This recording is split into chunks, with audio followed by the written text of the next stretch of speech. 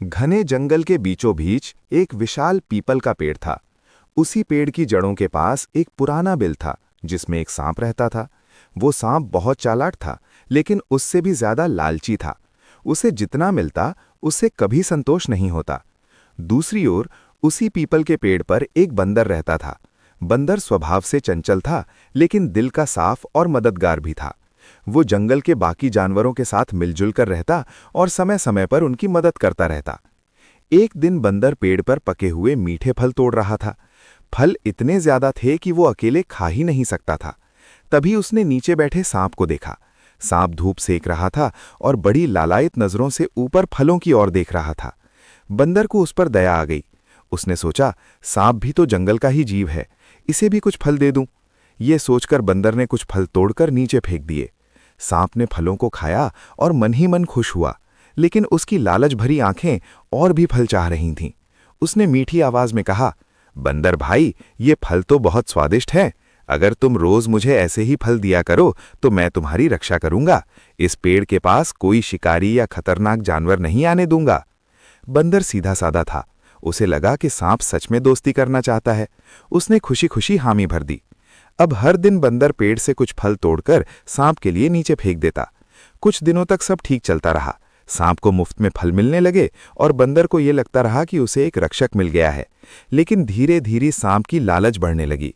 उसे लगने लगा कि इतने थोड़े फल उसके लिए कम हैं। एक दिन उसने शिकायत भरे लहजे में कहा, बंदर, आज तुमने कम फल दिए हैं। क्या तुम्हें मेरी जरा भी परवाह नहीं? बंदर ने मुस्कुराकर कहा, भाई, आज पेड़ पर फल ही कम थे, जो थे वही तुम्हें दे दिए। सांप ने ये बात मान तो ली, लेकिन उसके मन में एक खतरनाक विचार जन्म ले चुका था। उसने सोचा, ये बंदर रोज इतना मीठा फल खाता है, क्यों ना मैं इसे ही खा जाऊं, तब मुझे रोज फल ढूंढने की जरूरत ही नहीं पड़ेगी। कुछ दिनों बाद सांप ने अपनी असली चाल चलने का फैसला किया। उसने बंदर से कहा, बंदर भाई, आज जरा नीचे आओ, मैं तुम्हें एक बहुत कीमती चीज देना चाहता हूं। बंदर को सांप की बात पर भरोसा था। वो नीचे उतरने ही वाला था कि उसी समय पास के पेड़ पर बैठी एक मैना बोली, बंदर, रुक जाओ, मुझे इस सांप की आंखों में कपट दिख रहा है, ये तुम्हें नुकसान पहुंचा सकता है। बंदर ठिठक गया। उसने सांप की ओर ध्यान से देखा। अब उसे भी उसकी आंखों में अजीब सी चमक दिखने लगी। उसने ऊपर से ही पूछा, सांप भाई, तुम क्या देना चाहते हो? सांप ने बात घुमाते हुए कहा, अरे कुछ नहीं, बस तुम्हें धन्यवाद देना चाहता था। बंदर को अब उसकी बातों पर भरोसा नहीं रहा। वो समझ गया कि सांप का मन बदल चुका है। बंदर ने उसी समय फैसला किया कि लालची सांप से दूरी बनाए रखना ही बेहतर है। अगले दिन से उसने सांप को फल देना बंद कर दिया और उस पेड़ की दूसरी डाल पर रहने लगा। कुछ दिनों बाद सांप को समझ में आ गया कि उसकी लालच ने उसका एक अच्छा दोस्त खो दिया।